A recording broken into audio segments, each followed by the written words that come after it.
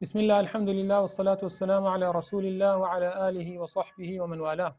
بینندگان عزیز و گرامی، السلام علیکم و رحمت الله و برکاته. در خدمت شما بزرگواران هستیم در برنامه دیگر از مجموعه برنامه دفاع از سنت و این دفعه ما در مورد جایگاه اصحاب در قرآن و سنت صحبت خواهیم کرد.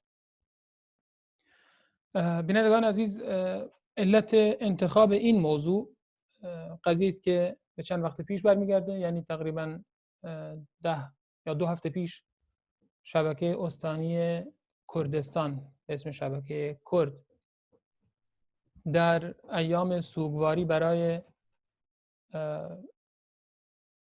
امام حسین اومدن برنامه‌هایی رو پخش کردن که در اون به اصحاب پیامبر اکرم صلی الله علیه و سلم توهین شد.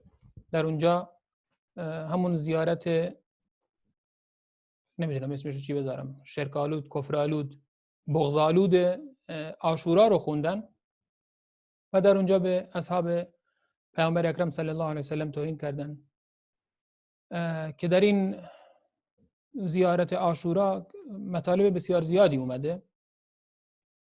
مثلا لعن میکنه بنی امیه رو قاطبتاً، که بنی امیه از قریش هم هست، کل بنی امیه رو مورد لعنت قرار میده که ما از بنی امیه اصحاب بزرگواری داریم که بزرگترینشون سیدنا عثمان هست. اینجا مورد لعن قرار میگیره. در بخش دیگری میاد لعن میکنه اولین ظالم بر حق محمد و آل محمد، که منظورش کسانی هستن که خلافت رو از سیدنا علی گرفتند. نعوذ بالله، این خرافات و این حرفایی که مشخص از روافض میزنند. و در جای دیگه میگه پروردگارا من لعنتم رو مخصوص و ویژه میکنم برای اولین ظالم بر حق علی و سپس دوم و سوم و چهارم. اینا رو اسم نمیگیره، فقط اول، دوم و سوم و چهارم میگه. بعد میگه خداوندا یزید رو به عنوان پنجمین شخص مورد لعنت قرار بده. بعد عبیدالله بن زیاد و ابن مرجانه و عمر ابن سعد و شمر و آل ابو سفیان و آل زیاد و آل مروان تا روز قیامت. توهینی که شده اینجاست. حالا این اول و دوم و سوم و چهارم رو که نمیگه، مشخص از منظور کی است. اولین خلیفه، دوم و سومین خلیفه و پس از اونها سیدنا معاویه است که مورد لعنت قرار میگیره و نفر پنجم هم که فرزند معاویه است که میشه یزید. بعد میاد ابو سفیان و آل ابو سفیان رو مورد لعنت قرار میده که ابو سفیان و آل ابو سفیان مثل معاویه و مثل یزید ابن ابو سفیان، اینها صحابه بودن، این سه نفر. و یزید پسر معاویه صحابه نبوده. حالا لعن کردن یزید زیاد یعنی مقدسات اهل سنت نیست و قضیه تاریخی است، این جای بحث و گفتگو داره. ولی لعن کردن به اصحاب پیامبر اکرم صلی الله علیه و سلم برای اهل سنت قابل قبول نیست و به همین خاطر علمای اهل سنت اومدن و در کردستان، تا جایی که من اطلاع دارم، در کردستان اومدن و این قضیه رو محکوم کردن. تعداد زیادی از ماموستاهای کرد جمع شدن و بیانیه رو قرائت کردن و ماموستا برزان ملکی، امام و مدرس مدرسه شیخین در سنندج، این بیانیه رو قرائت کرد و این اقدام واقعا مبغضانه و مغرضانه شبکه، حالا اسمشو گذاشتن کرد که هیچ ربطی به کرد نداره، اینها رو محکوم کردن. و همچنین رئیس شورای سنندج هم آقای سجادی این قضیه رو محکوم کردند و از تلویزیون کردستان خواستن که این قضیه رو محکوم بکنن و دوباره تکرار نشه.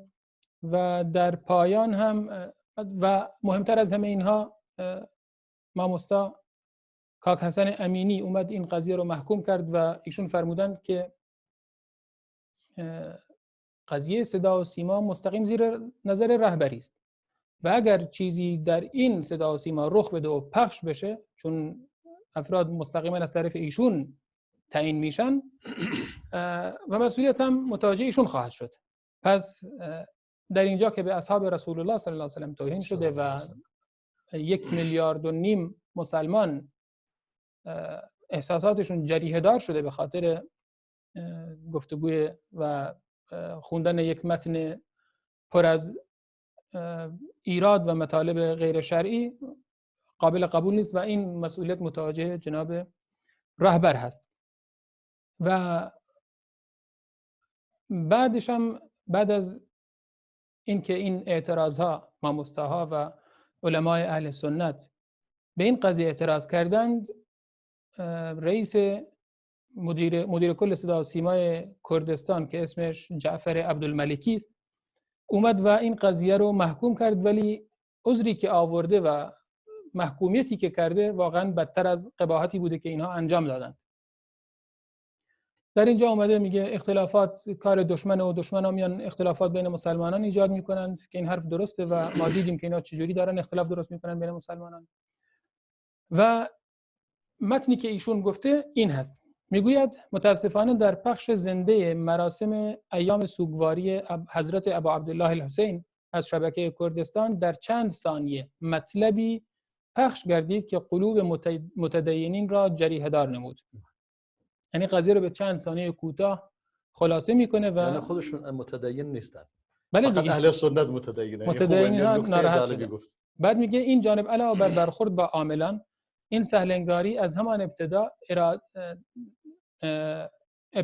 از ابتدا اراده به عذرخواهی از مردم نجیب کردستان داشتم، اما با توجه به بستری شدن در بیمارستان به دلیل کرونا و همچنین جلوگیری از عمومی شدن این اشتباه مطلبی بیان نشد.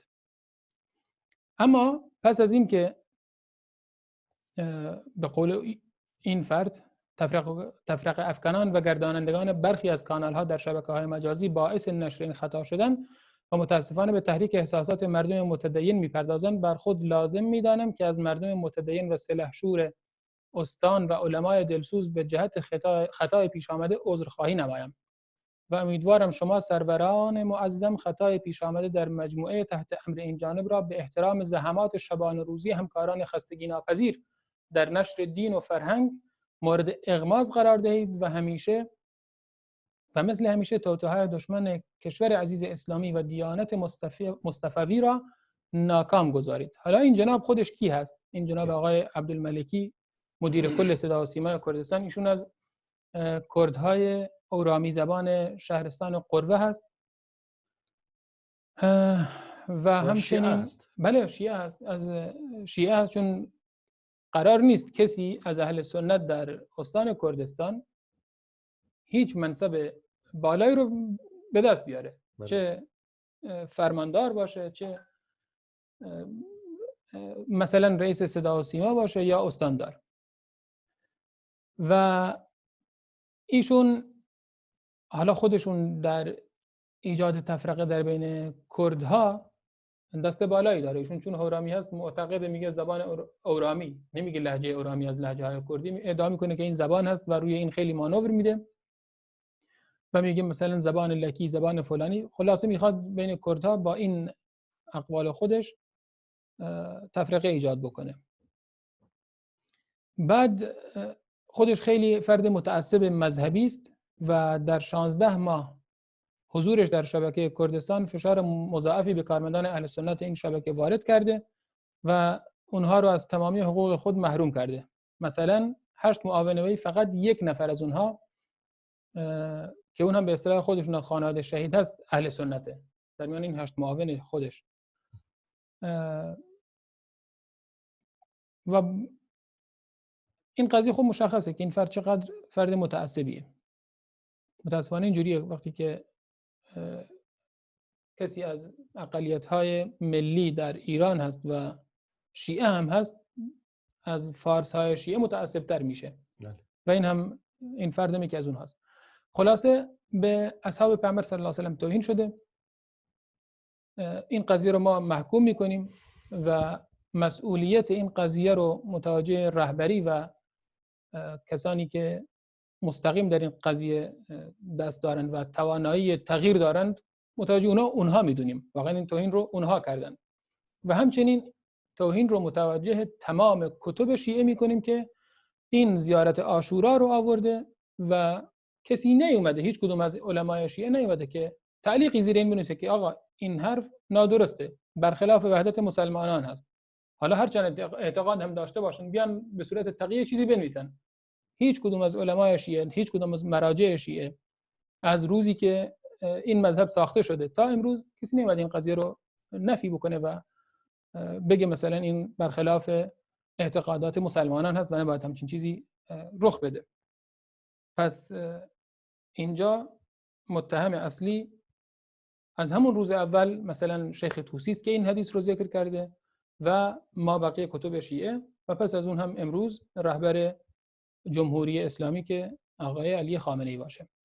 جناب دکتر، این مطالبی بود که متاسفانه در تلویزیون ایران همیشه دوباره میشه. یعنی اون وقت احمدی نژاد اومد به طلحه و زبیر که از عشره مبشره هستن توهین کرد. خیلی از مراجعشون خیلی به صورت آزادانه توهین میکنن. مثلا دانشمند که تا امروز هم منبر دستش هست میاد کلا اهل سنت رو مثلا زنازاده قلمداد میکنه. البته اون دانشمند که خودش فرد فقط یه عمامه سرشه، وگرنه فرقی با انسان‌های عادی که در بازار و کوچه هستن فرقی نداره، همین قدر علم داره. ولی گناه اصلی برگردن اون کتاب‌هایی است که همچین چیزایی توی کتابشون نوشتن. این در کتاب شیخ صدوق است، این در کتاب کلینی هست که اهل سنت زنازاده هستن.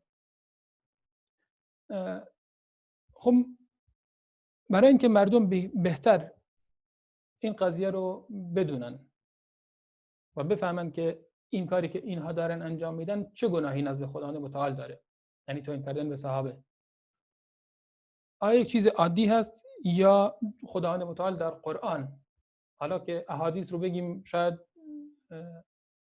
برای اهل تشیع زیاد محل اعتبار نباشه احادیث اهل سنت رو براشون اعلام بکنیم و براشون بخونیم، ولی آیات قرآن رو اگر در مورد اصحاب چیزی هست برامون بیان بکنید، جایگاه اصحاب پیامبر صلی الله علیه و سلم در قرآن برای مردم روشن‌تر بشه، خیلی ازتون تشکر می‌کنیم.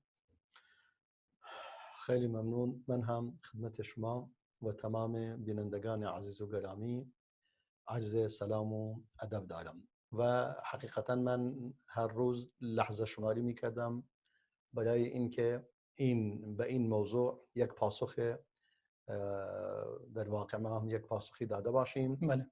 در خود مطلبی که بیان شده و من حتی تصمیمم بر این بود و قد منتظر بودم که نوبت این برنامه فرا رسد و ما این مطلب را بیان کنیم، چون اتفاقا هفته قبلم ما برنامه را به صورت ضبطی چی کردیم. دلیلش این بود که ظاهرا این محور قطع شده بود و اینا. نهایتا اینجوری بود که فرصت نبود که من دوست داشتم در یک شبکه عمومی باشد که مردم بیشتری این مطالب را بشنوند و من انتظارم بر این بود که تمام اهل سنت در تمام ایران، حالا جاهای دیگر که خبر ندارن زبان ما بلد نیستن، ولی مثلا حداقل اهل سنت ایران دیگه یک موقف مردانه و مسلمانانه را می گرفتند که من تا به حال البته نشنیدم، شایدم بوده باشد در دیگر نقاط اهل سنت، اما در مناطق کردستان الحمدلله خوب بود. یعنی مطالب بسیار قشنگ و زیبایی بود و علمای زیادی و طلاب فراوانی خیلی مردانه و شیرمردانه وارد شدند و به صورت گروهی اعتراضات خود را بیان نمودند و در مقابل این کفر صریح، یعنی این که شما فرمودی این چی هست، این کفر است. یعنی چون اعتقاد و باور کسانی است که خود قرآن را قبول ندارند، وگرنه اگر قرآن را قبول داشته باشند دیگه در قرآن جایگاه صحابه معلوم است و مشهود است و همه میدانند. کسی که قرآن را قبول نداره دیگه میخواد حدیث را قبول داشته باشد.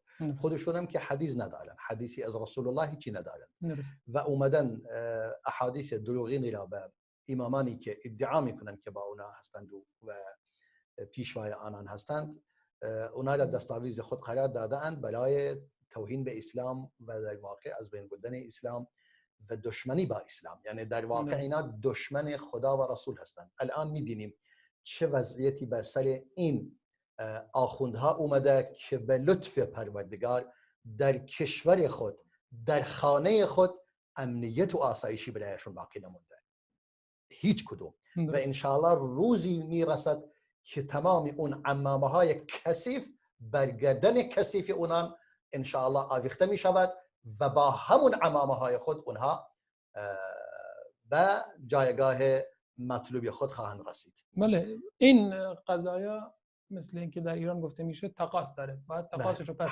بدن. حتما این کارو این بدون تقاص نیست و بدون پاسخ نخواهد. بله.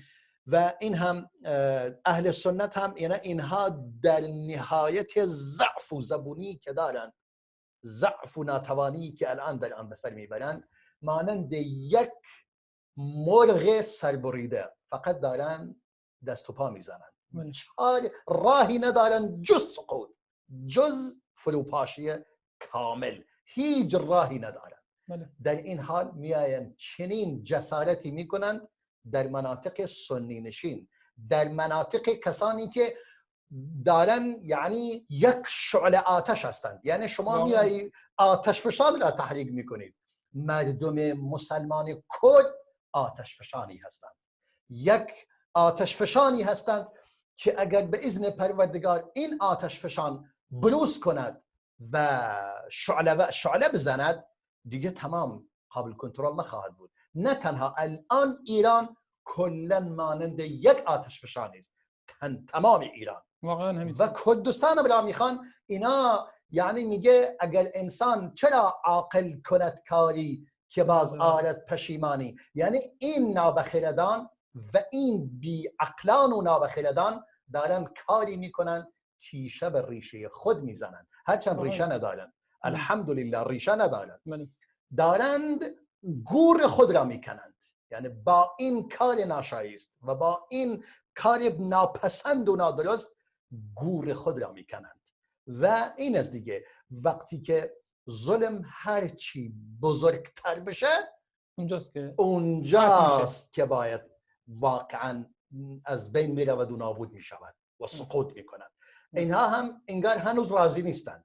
چه بلایی به سر این مردم نیاوردند، به اسم دین کاری کردند. تمام مردم ایران، حداقل شیعه ها، اهل سنت که اینا را مسلمان نمیدونن، به لطف پروردگار میدونن اینا چی هستند.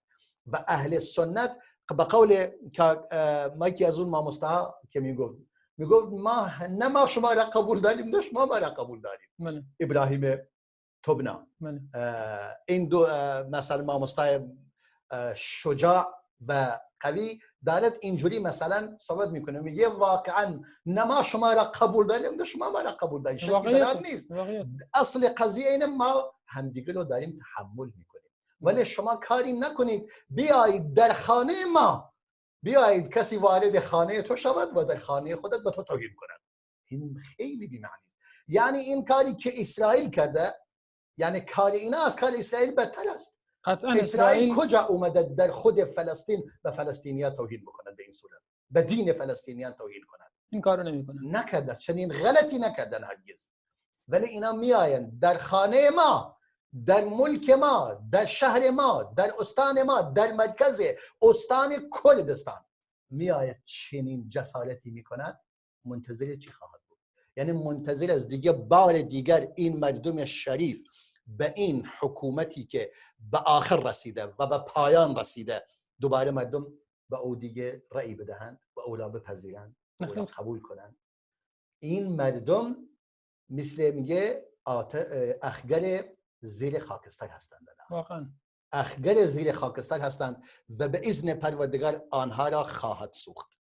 به همین دلیل ما مطالبی که در قرآن در مورد اصحاب وجود دارد، مطالب این نیست که مثلا کسی تصور کند بگوید آقا این مسائل مسئله ساده است، یعنی صریح قرآن است، یعنی این نیست، اجتهادی نیست، صریح قرآن داره بیان میکند. اینها مثلا میاین راحت قرآن را قبول ندارن، دیگه کجا مسلمان هستند؟ یعنی ما با قناعت 100% میگیم اینا مسلمان نیستن. البته من عوام الناس عوامشون نمیگویم، عوام جاهل هستند.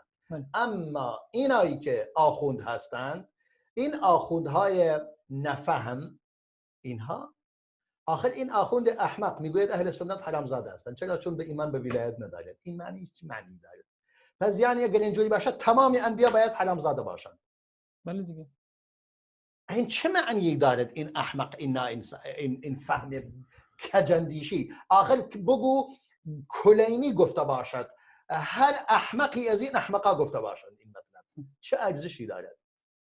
این حرف چه معنی دارد؟ بگو آقا چون تو ایمان مثلا به ولایت علی نداری پس حلال زاده است. این معنیش خب وقتی که به ولایت علی ایمان آورد دیگه حلال زاده میشه. حلال زاده میشه. این چه معنی دارد؟ این یعنی یعنی کجای دین چنین چیزی وجود دارد که شما با چنین مطلبی مثلا کسی حرام زاده یاد؟ مگر تمام ازدواج هایی که قبل از اسلام انجام گرفته بود، تمام ازدواجی که انجام گرفته قبل از اسلام و قبل از بعثت اسلام، همه مسلمان کافر بودن دیگه، هر ایمان بت پرست بودن. مثلا این بت پرستا پیامبر اومد این نکاحشون رو تمدید کند، نه اصلا ابو طالب تجدید کند. ابو طالب قبل از اینکه پیامبر صلی الله علیه و سلم مبعوث بشه، بله، فرزندش علی به دنیا آمده. بله، اصلا نمیدونسته فرزندی خواهد داشت به اسم علی و به قول شیعه ها ولی هم میشه، ولی الله میشه. خب الان علی حرامزاده است یا حلال زاده؟ همین دیگه، هیچ فرقی نمیکنه. یعنی این حرف باطلی که اینا میگوین هیچ تفاوتی نداره. یعنی خودشون نمیدونن چه داره میگوین.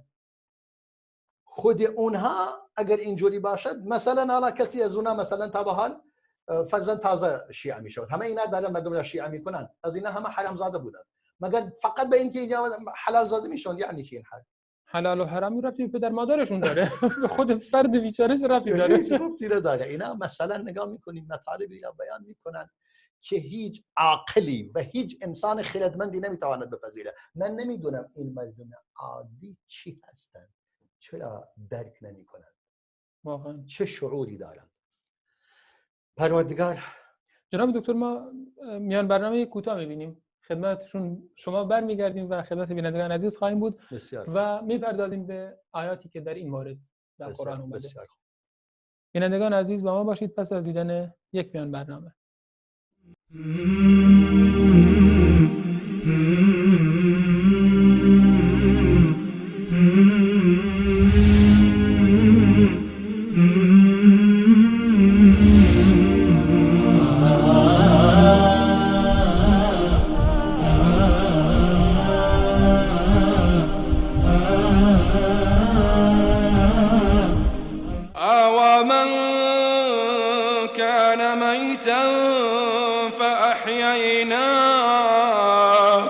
فأحييناه وجعلنا له نورا يمشي به في الناس كمن مثله في الظلمات ليس بخارج منها كذلك زين للكافرين ما كانوا يعملون. آیا دلمرده‌ای که ما او را زنده گردانیدیم و برایش نوری قرار دادیم که در پرتو آن در میان مردم راه می رود، مانند کسی است که در تاریکی به سر می برد و نمی تواند از آن بیرون بیاید؟ این گونه کارهای کافران برایشان آراسته شده است. وصال حق مرهمی بر دلهای بیمار. لقد رضي الله عن المؤمنين إذ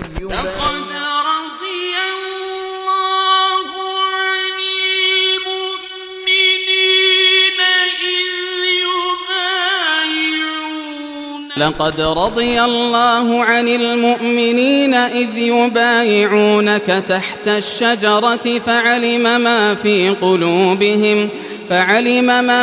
قلوبهم فأنزل السكينة عليهم وأثابهم فتحا قريبا. به یقین الله از مؤمنان که در زیر درخت با تو بیعت کردند راضی شده است. او از آنچه در دلهایشان می‌گذشت آگاه بود. پس آرامش را بر آنان نازل کرد و پیروزی نزدیکی به آنان پاداش داد. سلامی دوباره خدمت شما بینندگان عزیز و گرامی، در خدمتتون هستیم در برنامه ویژه‌ای که به خاطر توهین‌هایی که از شبکه کردستان، شبکه استانی کردستان به اصحاب پیامبر صلی الله علیه و سلم شده بود. این برنامه رو خدمتتون اجرا می‌کنیم و موضوعش جایگاه اصحاب در قرآن هست، در قرآن و سنت. جناب دکتر، الله متعال در مورد اصحاب پیامبر صلی الله علیه و سلم مطالبی داره که واضح بدون دیگه مردم نگن نه این معنیش میشه این باشه، معنیش میشه اون باشه، معنی که واضح باشه. بله. در مورد اصحاب چیزی فرمودید؟ بله، من مطالب آیات که فقط اگر بیایم در مورد همون آیاتی که در مورد اصحاب رسول الله صلی الله علیه و سلم صحبت میکنه جمع کنیم، اینقدر زیاد هستند که چندین جلسه ظرفیت و گنجایش آن نخواهد داشت. مطالب بسیار زیادی هست، یعنی مجبور میشیم مثلا این را به صورت انسان یک اصلا کتاب در بیاوریم، به صورت یک نوشته کلا. این خیلی البته نوشته شده در این زمینه مطالب زیادی، ولی احساس میکنم اون طوری که باید در قرآن کار نشده. از قرآن باید این آیات را بیرون بیاوریم.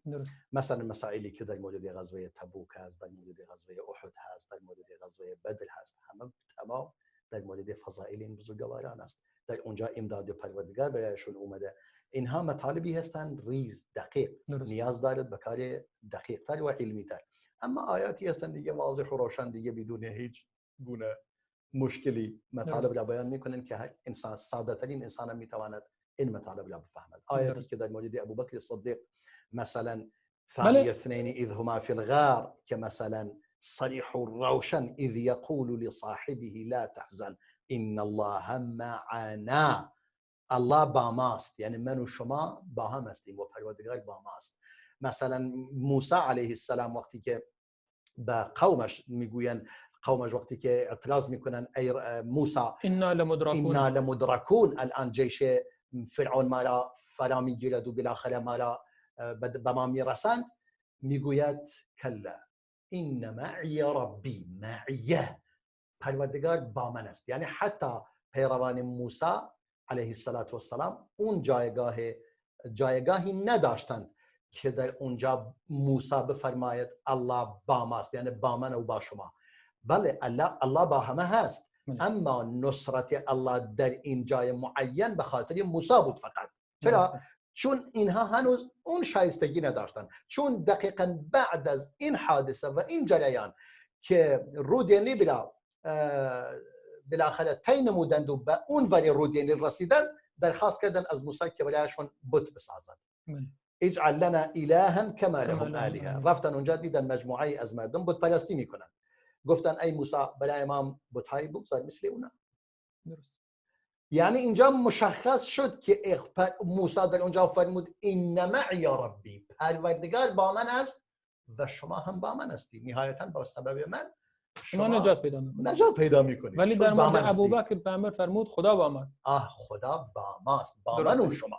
یعنی دوتا، یعنی امام ابوبکر صدیق جایگاهش به حدی والا بود که در ردیف پیامبر قرار بگیرد صلی الله علیه وسلم و بگوید امام رسول الله به صیغه متکلم مع الغیر، بگوید الله با ماست با ضمیر متکلم مع الغیر، من و شما. ولی پیروان موسی در اون حد نبودند، ولی با وجود این از بلا نجات پیدا کردند.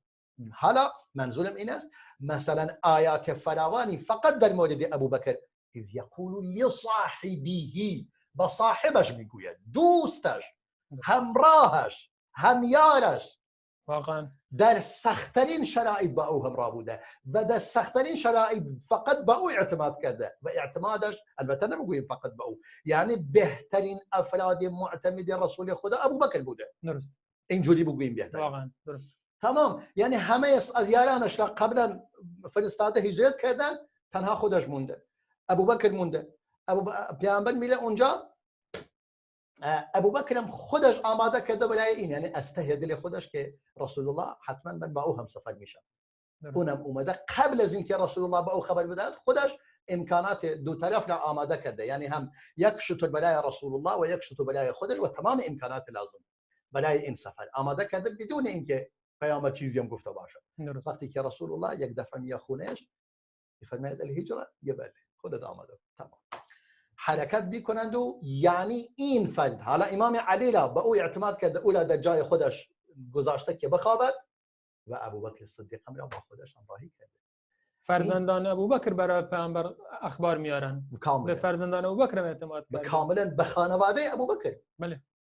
همون جا بود که اسماء دختر ابوبکر صدیق ذات النطاقین شد. بله. چون در اونجا میخواستن سر یکی از مشک‌ها را ببندن، دیدن چیزی وجود ندارد. اسماء کمربند خودش را بیرون آورد، از وسط آن را دو نصف کرد به صورت عرض، به صورت طولی و آن را بس. بعدا رسول الله فرمود ذات النطاقین، حالا شما دارای دو تا کمربند هستی، تنها یکی نیست. همین کمربند را دو تا کردی، یکی به ما دادی، یکی برای خودت استفاده کردی. ذات النطاقین شد. اسماء دختر ابوبکر صدیق، همسر زبیر بن عوام، یکی از عشره مبشره. حالا مطالب در این زمینه بسیار زیاده هستند. حالا ما حداقل به چند آیه برسیم. بله فرمایید.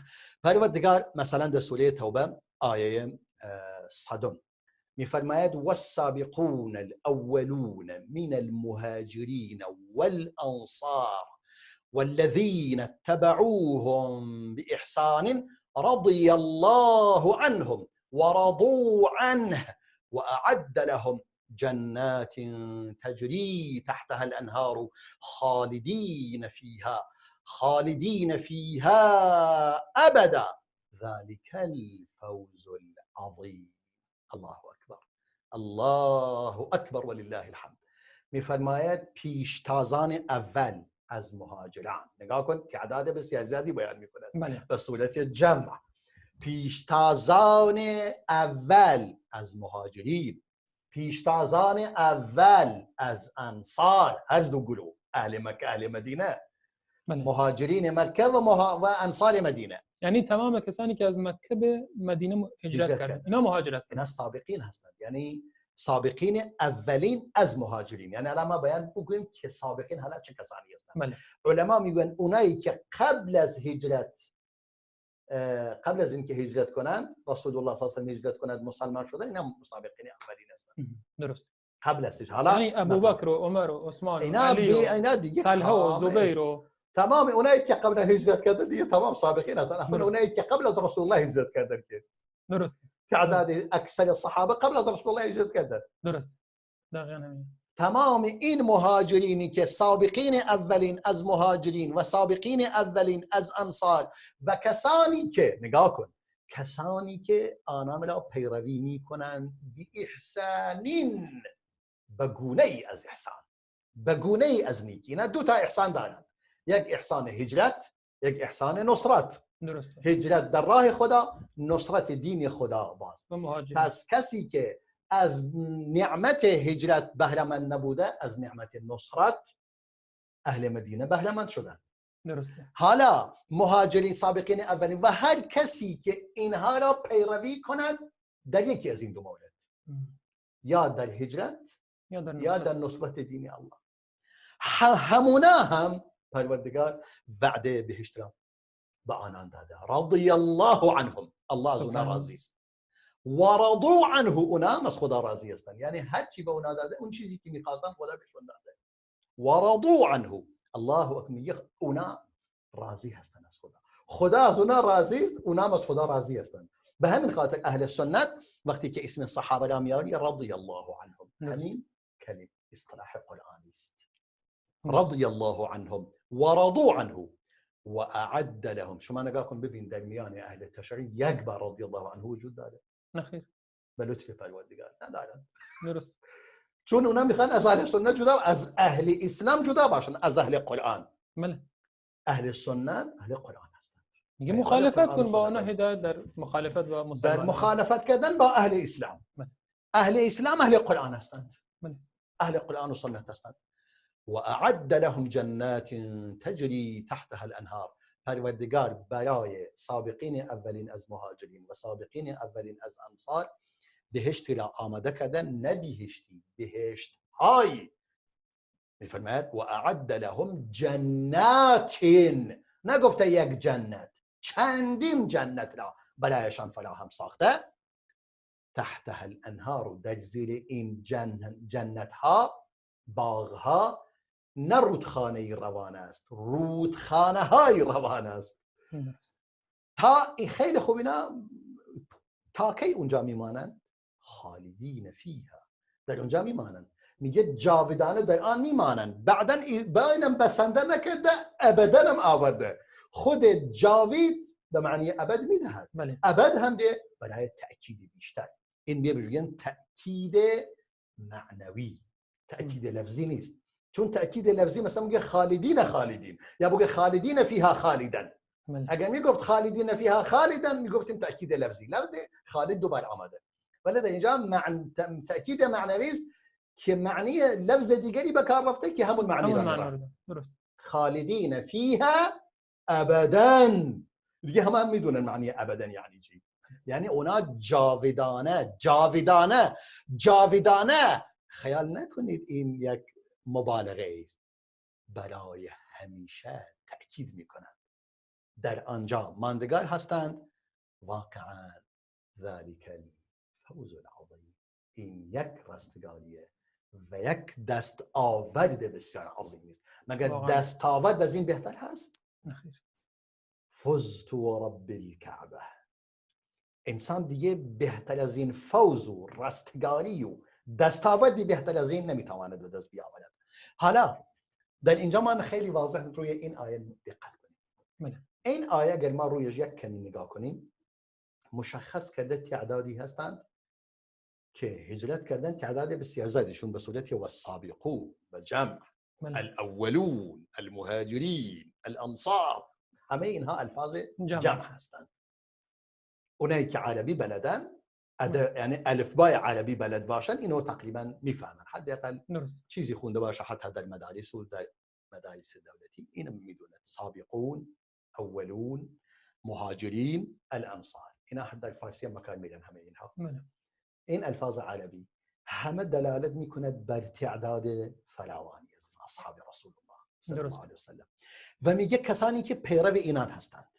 حالا شیعه، روافض پیرو اینان نیستند، چون از اینا لعنت میکنند. مسابقین اولین از مهاجرین و انصار را نفرین میکنند، لعنت میکنند. یعنی تنها کسی برای اونا باقی میمونه در میان مهاجرین علی بن ابی طالب است. هیچ کسی دیگری برایش باقی نمونده. علی بن طالب یک نفر است. این در مورد مجموعه بسیار زیادی داره صحبت میکند و وعده بهشت هم به آنان داده. پس اینها نه پیرو مهاجرین هستند نه پیرو انصار هستند و یقینا کای یعنی بهشت جایگاه آنان نیست. در بهشت جای اونا نیست طبق این آیه قرآن. حالا کسی به جایی برسد نه اینکه پیروی نمی کند، اونا را لعنت کند، نفرین کند و از آنها بری باشد، مگر میتواند مسلمان باشد. حالا علما در مورد این که تعداد این دقیقاً این مهاجرین یعنی سابقین اولین به چه کسانی گفته می شود اقوالی دارن. اشکال نداره این اقوال را مرور کنیم هر چی باشه. مثلا یکی از اقوال این است میگه آقا اون مسلمانانی که به هر دو سمت قبله نماز خوندن. یعنی ما دو تا قبله داشتیم. قبله اول مسلمانان قدس بود که رسول الله صلی الله علیه و سلم تا 16 ماه در مدینه به سمت 16 ماه به سمت بیت المقدس نماز میخواند. 16 ماه یعنی چی؟ یعنی 1 سال و 4 ماه. بعد از اون قبله به سمت کعبه تغییر کرد. حالا این در کجا؟ در مدینه منوره.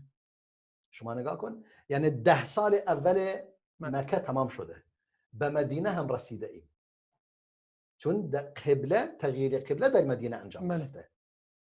چون تا در زمانی که در مکه بود به گونه ظاهرا قرار می گرفت که دیگه مکه بود و رو به بیت المقدس هم میستاد، یعنی دوتایش انجام میداد. متوجه هستی؟ اما وقتی که به مدینه رسید در اونجا بود دیگه مجبور شد به سمت بیت المقدس نماز بخواند، فرض بکنه به کعبه. به همین خاطر در اونجا دیگه به سمت کعبه نماز نمیخوند. یعنی 16 ماه از زمان هجرت رسول خدا صلی الله علیه و سلم به سمت بیت المقدس نماز خوند. پس یعنی چی؟ یعنی الان 1 سال و 11 سال و 4 ماه از بعثت رسول الله گذشته. حالا چه کسانی تا اون موقع مسلمان شدن؟ اینها سابقین اولین 14 سال و 4 ماه. 13 سال در مکه. عفوا 13 سال در مکه.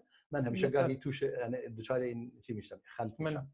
بله 14 سال و 13 سال در مکه بوده، 10 سال در مدینه منوره. این 13 سال و اونم یک سال دیگر به اضافه 4 ماه میشه چند سال؟ 14 سال و 4 ماه. یعنی در مدت 14 سال و 4 ماه چه کسانی از مسلمان شدن؟ یا ما حداقل بگوییم تا اون زمانی که قبله تحویل شده، اینی که بگوییم باید. یعنی تا زمانی که 13 سال و یک مدت کمتری که حداقل رو به بیت المقدس نماز خونده باشد. یعنی تا اون 13 سال هرچی از مسلمانان مسلمان شدند از اصحاب شامل اینا میشه، چون هم به سمت بیت المقدس نماز خوندن هم به سمت مسجد الحرام. 13 سال از عمر اصحاب. پس تمام اون صحابه‌ای که از مکه به مدینه هجرت شدن شامل اینا میشه. خیلی مطلب قشنگی تا مشخص شود. و عقبه اول و دوم هم قبل از هجرت اینا سابقین اول از انصار هستند. عقبه اول 6 نفر بودن. عقبه 12 نفر بودن. عقبه اول 6 نفر بودن. عقبه دوم 70 یا حدود با زنان نزدیک 90 و چند نفری بودن. با زنانی که حضور داشتن. یعنی اونها البته اینا نماینده عدد زیادی بودن که 12 نفر از اینا به عنوان امیر و نقبا تعیین شدن برای بقیه. یعنی افراد زیادی داشتن که 12 نفر برای اینا انتخاب شده. تعداد زیادی از اهل مدینه مسلمان شده بودن، چون رسول الله صلی الله علیه و سلم که به مدینه میرود دیگه خانه‌ای وجود نداره در مدینه مسلمان تو اسلام وارد آن نشده باشه. به وسیله اسعد بن زراره و مصعب بن عمیر یک خانه از مدینه نمونده بود که اسلام توش نرفته باشد. یعنی چی؟ نماز جمعه خونده اسعد بن زراره. اولین یعنی به رسول الله قبل از اینکه خودش بیاد نماز جمعه میخوندن دیگه. اونا نماز جمعه در مدینه میخواندن و رسول الله وقتی که منتقل شد اونجا نماز شروع کرد. نماز جمعه در مکه نبود. حالا شما نگاه کن این تعداد از اصحاب قبل از هجرت چند نفر از اون مسلمانان مدینه حضور داشتن. همه اینها سابقین اولین از مهاجرین و سابقین اولین از انصار. یعنی اینا کلا بهشتی هستند. کلا بهشتی هستند، جاودانه در بهشت میمونند و هر کسی اینا را پیروی کند جاودانه اهل بهشت است. و کسی که اینها رو لعنت میکنه دقیقاً مخالف جاودانه در آتش دوزخ میماند. مطمئنا اهل ایمان نیست است. سبحان الله، واقعا خیلی خطرناکه. خیلی نکته مهم است. کافی ما بیایم یکی از این آیه ها رو بررسی کنیم. یکی همین آیه کافیه دیگه. وقتی تو بیای آیه از آیات قرآن رو رد بکنی و بگی نه خیر این آیه رو قبول ندارم، قرآن که گفته سابقین اولین میرن بهشت، من میگم اینا کافرن. بله اینا رو کافر میدونه. طرف خودش کافر یعنی چی؟ یعنی قرآن قبول نداره دیگه. نعوذ بالله. تمام. مگه قرآن قبول نداشتن یعنی چی؟ این که ما بگوییم، حالا علما میگوین شما نمیتونید قول بلازم کنید، لازم قول مذهب کسی نیست. منم قبول دارم، ولی اینا صراحتا میگوین که این قرآن تحریف شده است. واقعا این صراحتا دارن میگوین در کتابهایشون این قول من نیست، مگر فصل الخطاب فی تحریف کتاب رب الارباب مال توسی، مال چیز جزائری. نه جزائری نیست، مال توسی است. مال توسی. این کتاب مال توسی که دارد در رد که تحریف کتاب خدا نوشته 1000 حدیث را در آن آورده برای اینکه کتاب تحریف شده است و کلینی هم همون 1000 حدیث را آورده. کلینی. سبحان الله. متوجه هستی؟ در نتیجه این کتابی که دیگه این توسی است، طبرسی نیست. طبرسی؟ نه توسیه. وقتی که اینها به صورت قول و صریح میگوین ما این قرآن را قبول نداریم و صریح و روشن گفتن، دیگه این به این معنی نیست که ما میگوییم آقا ما به زور اونا را میگوییم نه قرآن قبول نداریم. نه زور نداریم، بس بدون زور به صلاحت خودشون قرآن را قبول ندارن. ولی ظاهرا نوشته حسین نوری طبرسیه. طبرسی. نه توسی. بله من همیشه این دو تا را گاهی خاطر میکنم. الانم یادم اومد. پس طبرسی. بله من کتابش دستم هست و حتی در بعضی برنامه‌ها من اینو خوندم، یعنی مقدمه کتاب را بیان کردم، الان موجود هست، حتی هم تو کانال تلگرام هست، هم تو یوتیوب هست، هم تو این کتاب را من بیان کردم که در مقدمه این کتاب چی میگوید. میگه من این را به عنوان امیدوار هستم پروردگار به خاطر این کاری که من کردم منو ببخشد.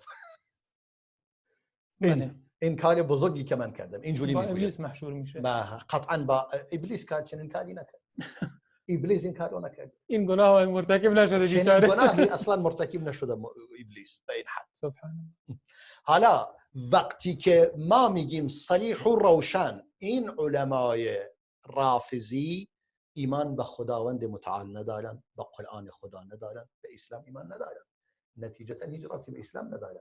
این مثلا انسان چه معنی دارد این اختراع این تاسوعا عاشورا؟ این نکته قشنگی گفتی که از ما مستها صحبتی میکرد، میگفت یه روز چی بوده؟ عاشورا بوده. چی میکردند؟ داشتن عروسی داشتن، مردم هم دیگه اونجا دارن شادی میکنند و پایکوبی میکنند و اینها. در مناطق ظاهرا کردستان بوده. اونا نیروها اومدن میگه چیکار میکنی اینجا؟ میگه ما عروسی داریم. میگه نمیدونیم روز چه روزی چه؟ میگه روز خداست، هیچ مشکلی نداره. چه مشکلی داره؟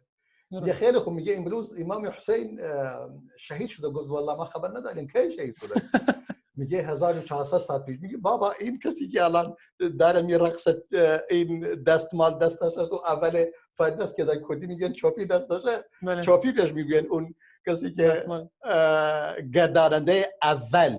مثل اینکه در بقیه رقصای دیگران این چیز وجود نداره، ولی در رقص پایکوبی کردی یک نفری دستمال بلندی دستش هست و دیگه اون از همه جدی‌تر است در این رقص و اون را مدیریت میکنه. میگه بابا اون آقا یک هفته قبل پدرش فوت کرده، الان داره اینجا شادی میکنه. شما دارید در مورد 1400 سال پیش صحبت میکنید. 1400 سال پیش در مورد شخص دیگری دارید صحبت میکنین. حتما ندارید دیگه. ما کاری نداریم وقتی که این آقا خودش پدرش یک هفته پیش فوت کرده. چیز بسیار قشنگ و زیبا و دیداری. یعنی هر انسان عاقلی متوجه میشه این چه خبره. واقعا خیلی نکته مهمی بود واقعا. بجز که داشتم گوش میدادم خیلی خنده کردم واقعا. درست. بله. حالا این یک آیه که این گفتیم یکی از اقوال از اهل علم که میگویند معنی مهاجرین و انصار یعنی سابقین اولین از مهاجرین و انصار اون کسانی هستند که به سمت هر دو تا قبله نماز خوندن.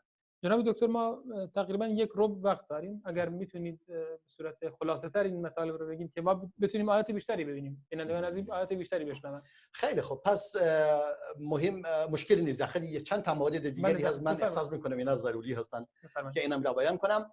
یکی دیگر این است که کسانی هستند که به رسول خدا بیعت دادن صلی الله علیه و سلم در صلح حدیبیه در زیر درخت شجرة الرضوان.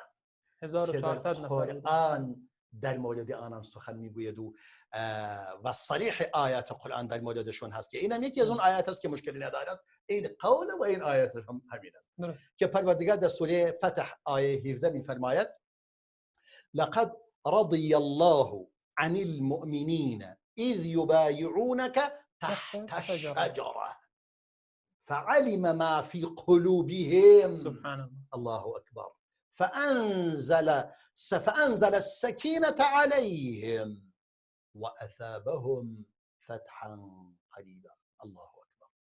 در اینجا نکته خیلی یعنی بعضی دیگر از علما میگن بابا سابقین اولین از مهاجرین و انصار همونا بودن که زیر درخت شجرة الرضوان که در قرآن اسمش اومده بیعت دادن. بهش میگن شجرة الرضوان یعنی درختی که در زیر اون درخت خدا از اونها راضی شده. الله اکبر ولله الحمد.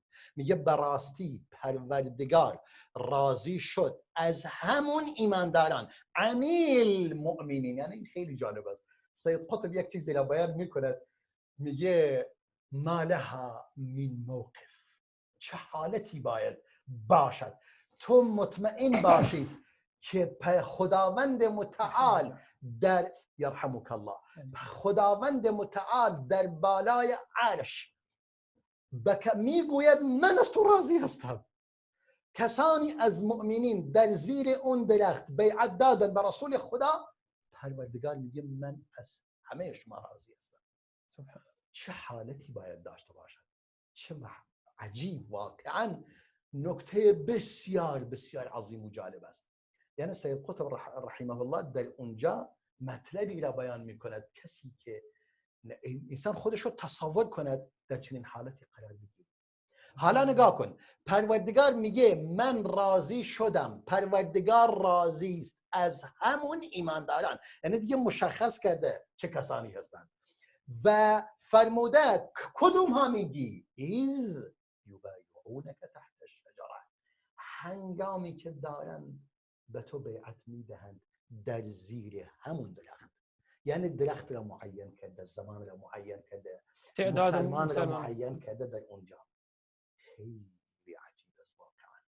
یعنی باید انسان در برابر این آیات توقف کند، خیلی مهم است. میفرماید یبایعونک تحت الشجره. چرا؟ چون پروردگار همینجوری از اونا که راضی نشده، فعلم ما فی قلوبهم، پروردگار میدانست در دل اینها چی وجود دارد.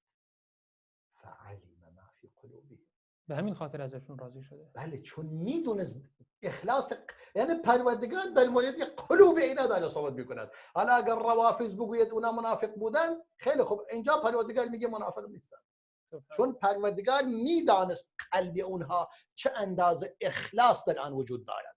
فعلم ما فی قلوبهم، ایمان و اخلاصشون.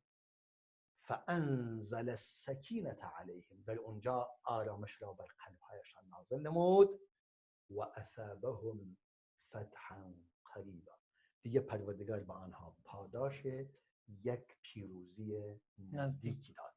این پیروزی نزدیک چی بود؟ اولا فتح مکه که پیروز بعد از اون اتفاق افتاد، ولی از همه مهمتر انا فتحنا لك فتحا مبینا، این فتح مبین همین صلح حدیبیه بود.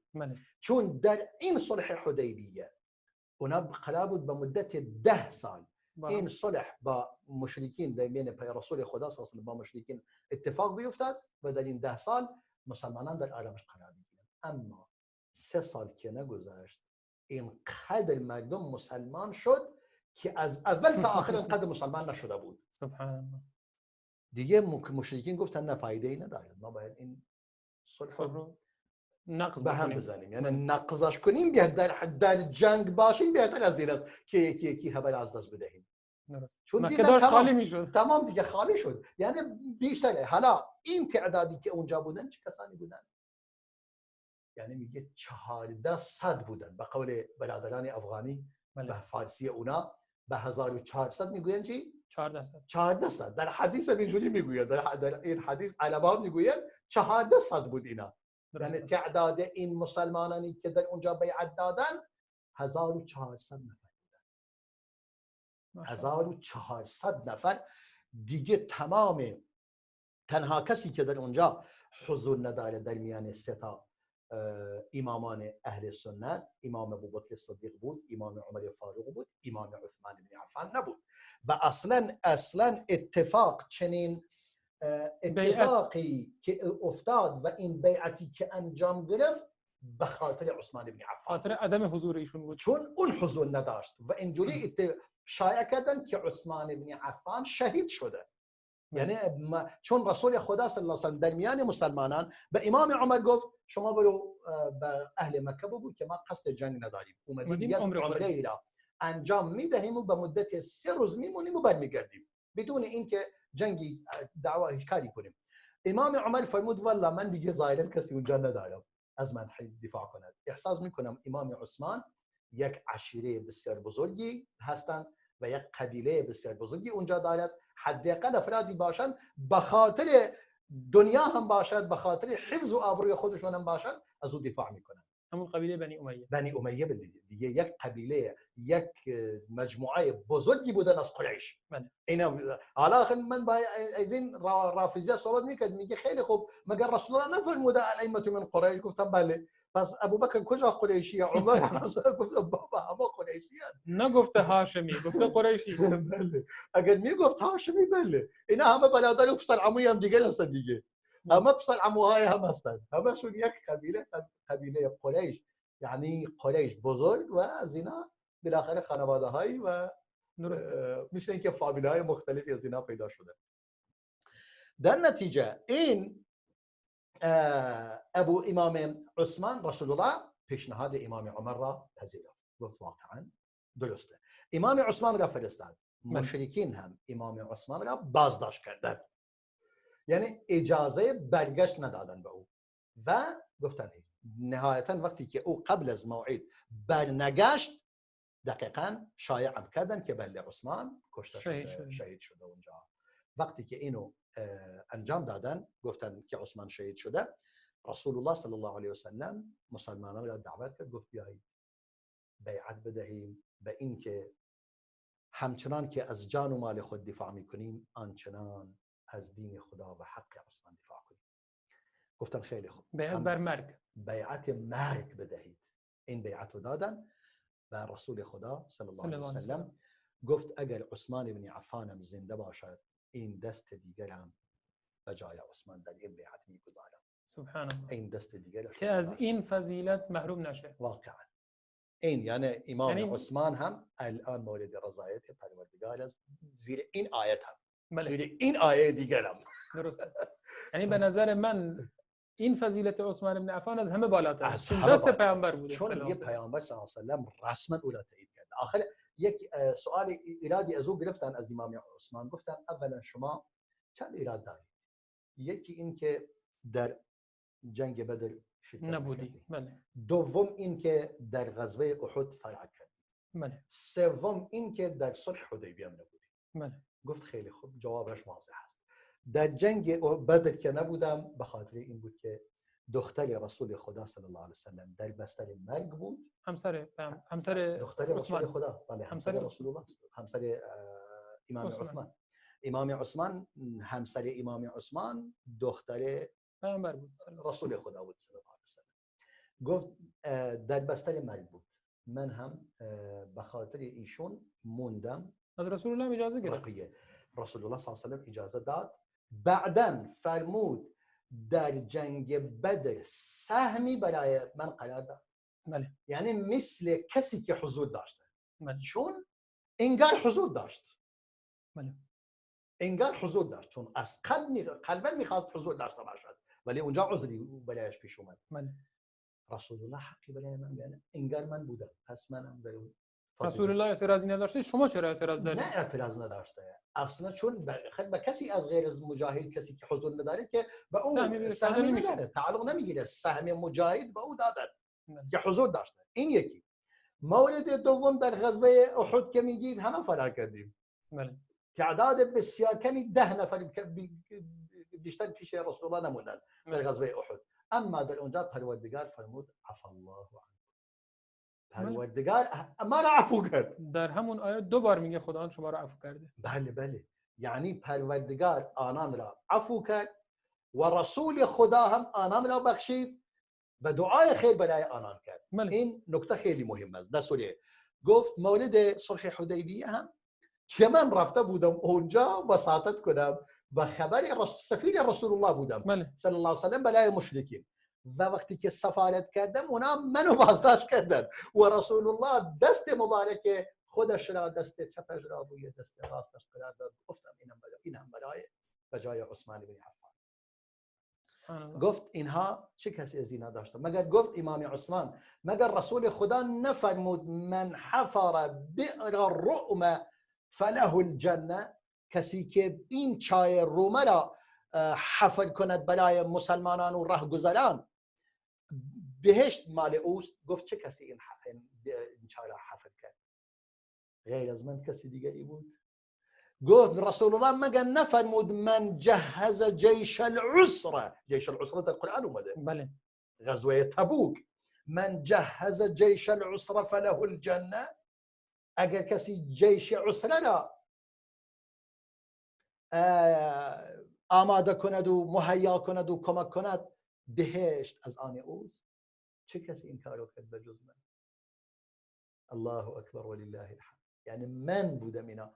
همه اینها حتی به این افرادی که آمدن علیه او آشوب کردند و خوارج بلند شدن به رهبری امام روافض عبدالله ابن سبای یهودی، به اونا گفت ولی اونا حرف گوششون اونا چون منافق بودن، بله مهم نبود قرآن میخونی، حدیث میخونی، براش مهم نبود، فقط بله. میخواست بین امت اسلام تفرقه ایجاد بکنه و آشتی ایجاد بکنه. متاسفانه این بود. حالا این آیات واضح و روشن دلیل روشنی هست، یعنی ما به نظر من کاری خوبی کردیم به سرعت بر روی این آیات حرکت نکنیم، یعنی هر چی کم بیشتر روی آیات دقت کنیم بیشتر استفاده میکنیم. حالا منظور این بود که در این هم حدیث صحیح بیان میکند که تعداد اون مسلمانانی که به رسول خدا بیعت دادن در زیر شجره الرضوان 1400 نفر بودند که امام عثمان مزوناز، امام ابوبکر مزوناز، امام عمر مزوناز، امام علی مزوناز، تمام عشره مبشره مزوناز. الله اکبر ولله الحمد. حالا آیا اون کسی که این آیات را میخوند و به آن ایمان ندارد و به مضمون این آیات ایمان ندارد میتواند مسلمان باشد؟ کلا کلا کلا و الف کلا.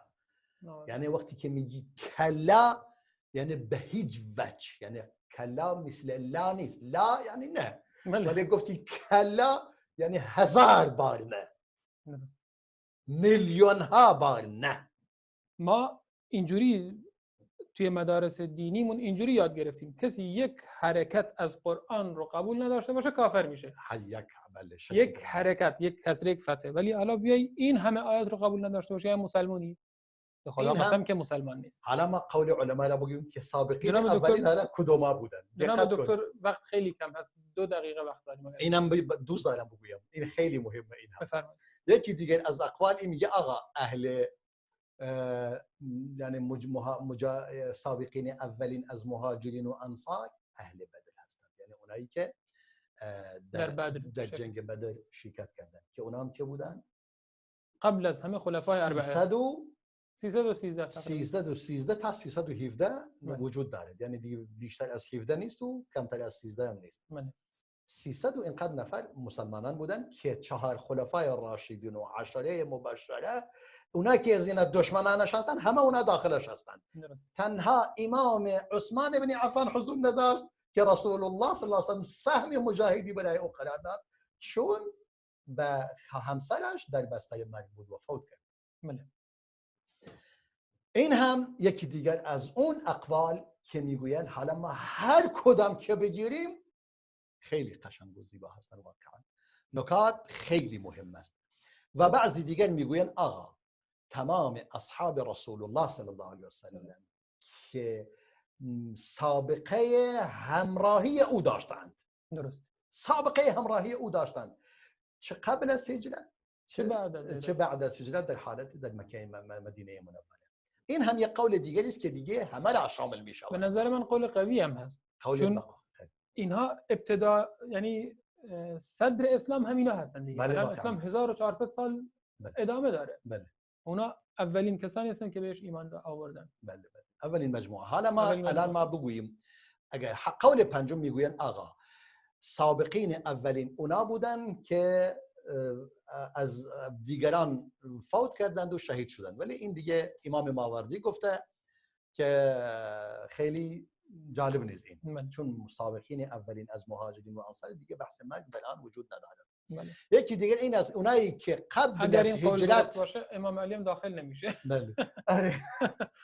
بله چون آخری همه فوت کردن. واقعا اگر اینجوری باشه امام علی هم داخلی نیست.